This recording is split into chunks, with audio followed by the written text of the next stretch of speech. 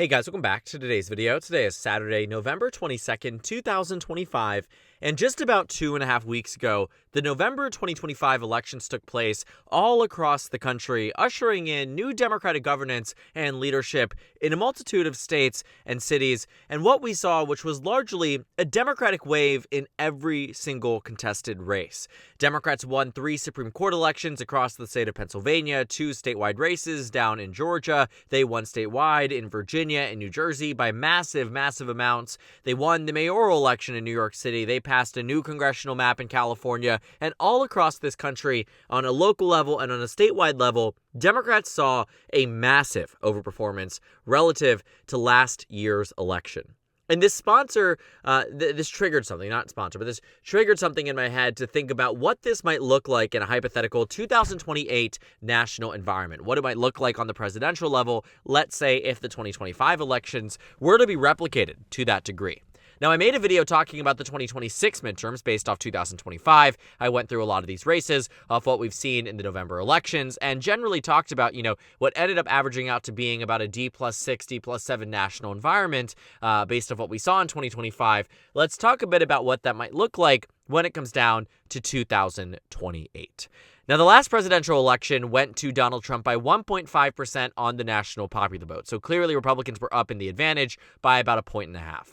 So under that assumption, again, remember, the 2024 race was one that still was quite competitive. 140,000 votes made the difference for Donald Trump in all of the states that would have given him and pushed him over the finish line. Had we seen, Wisconsin go differently, Kamala Harris could have won that state had she had, 30,000 more votes in Pennsylvania. A similar dynamic where you could have had more votes there. Democrats could have found their way, across Michigan to get the necessary numbers to put it barely over the finish line. But the point I'm making more so is that when you look at the 2024 election, this is under a Republican plus 1.5% national environment.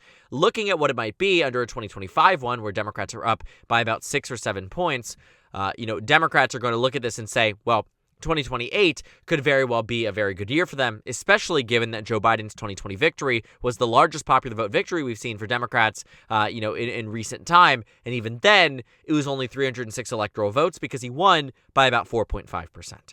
So on the national stage, of course, what we have to do is declare all of the safe states for the Democrats at baseline. That's the majority of these states. Oregon would move back over. Illinois would move back over. New York would also move back over.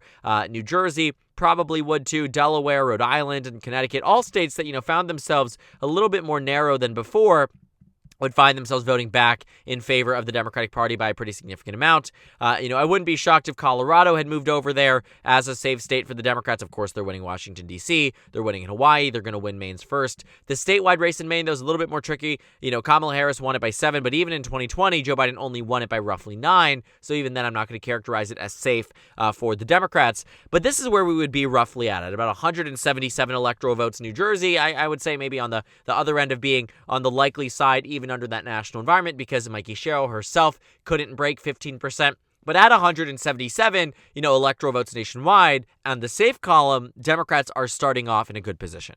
Now, Democrats, like 2020, are going to find themselves making minor inroads in some of these states, but not really to the highest degree. In 2024, a lot of these states shifted back over that were previously likely states. In 2020, you could say South Carolina, you could say Kansas. It was on the border in a state like Mississippi and Missouri and Indiana. In 2024, these states all took a pretty substantial shift towards the right, but not enough that I'd say that it would be immune to being likely states in 2028. And so as we characterize, a lot of these states, I want to actually just go ahead and characterize the 3rd district there: Oklahoma, Louisiana, Arkansas, Alabama, Tennessee, Kentucky, West Virginia. I will say that my expectation here largely would be that Missouri gets a little bit closer, Indiana, Montana, Kansas, South Carolina, and Mississippi, ultimately putting Republicans at about 121 electoral votes alongside Nebraska's first, which would put them, right here. And I would say Alaska as well would be a state on that point, and Florida would be the states that could be likely for the GOP under that type of national environment, and would put Republicans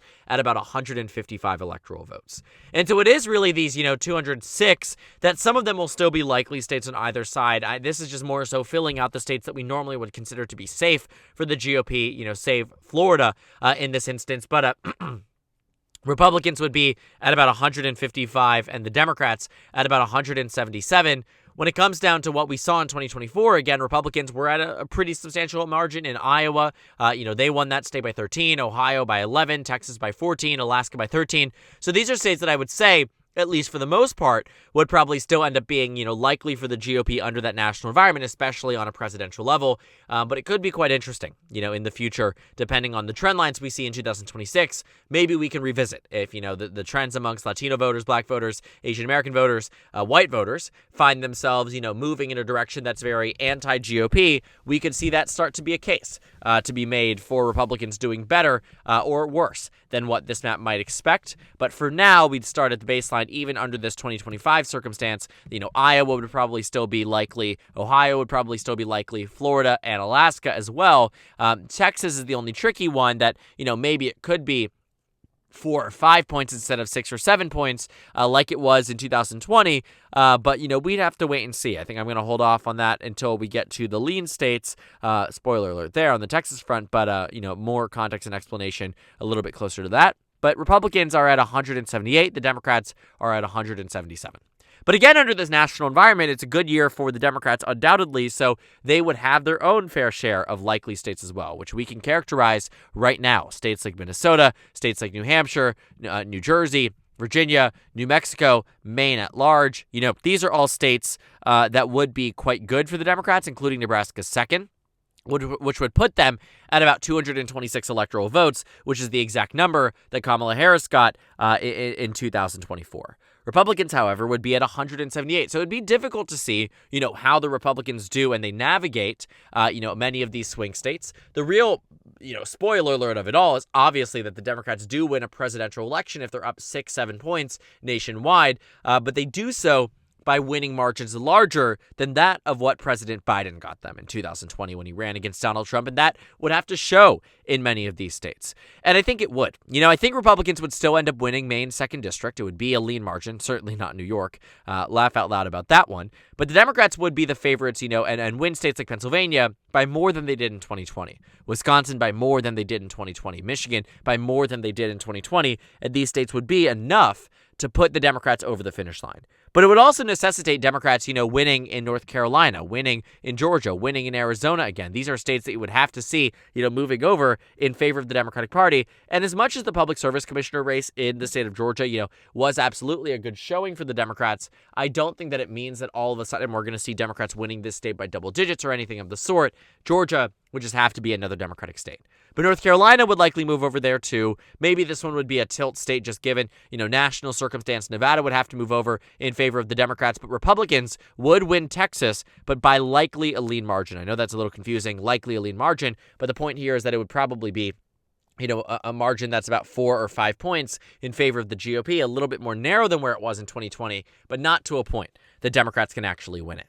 And I think this shows, exactly what we could be tracking for in 2028 under the right circumstances for the Democrats, right? I do think that it is possible, certainly, for Democrats to win all 7 of the swing states back, as they did in 2020, save North Carolina, and could usher in Democrats with a pretty substantial victory with the right nominee, the right Republican nominee as well, and the right national environment of, a very disaffected, American public against, what the GOP has really been putting out on the national stage, what Donald Trump has been doing, what J.D. Vance is doing. Voters very obviously are angry, and they would want to find, a way to engage with that and a way to push back against present leadership. And there would be no better way to do that than a presidential election in 2028.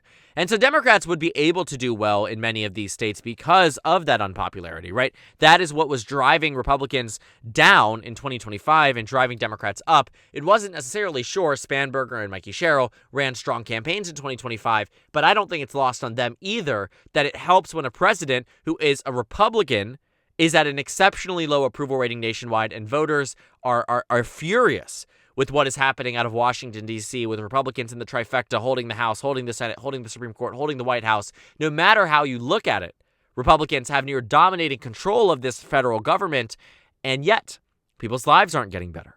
People don't feel that the changes being made and the provisions and bills like the big, beautiful bill that Donald Trump put forth, that is something that they agree with. It's something that voters find appalling.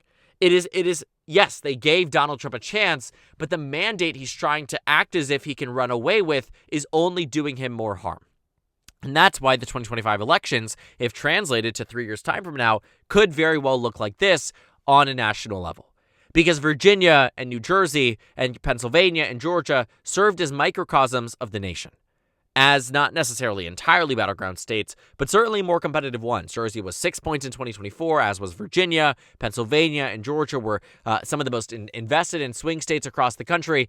This map here and this math largely aligns with what we're seeing on the national stage, and it does benefit the Democratic Party.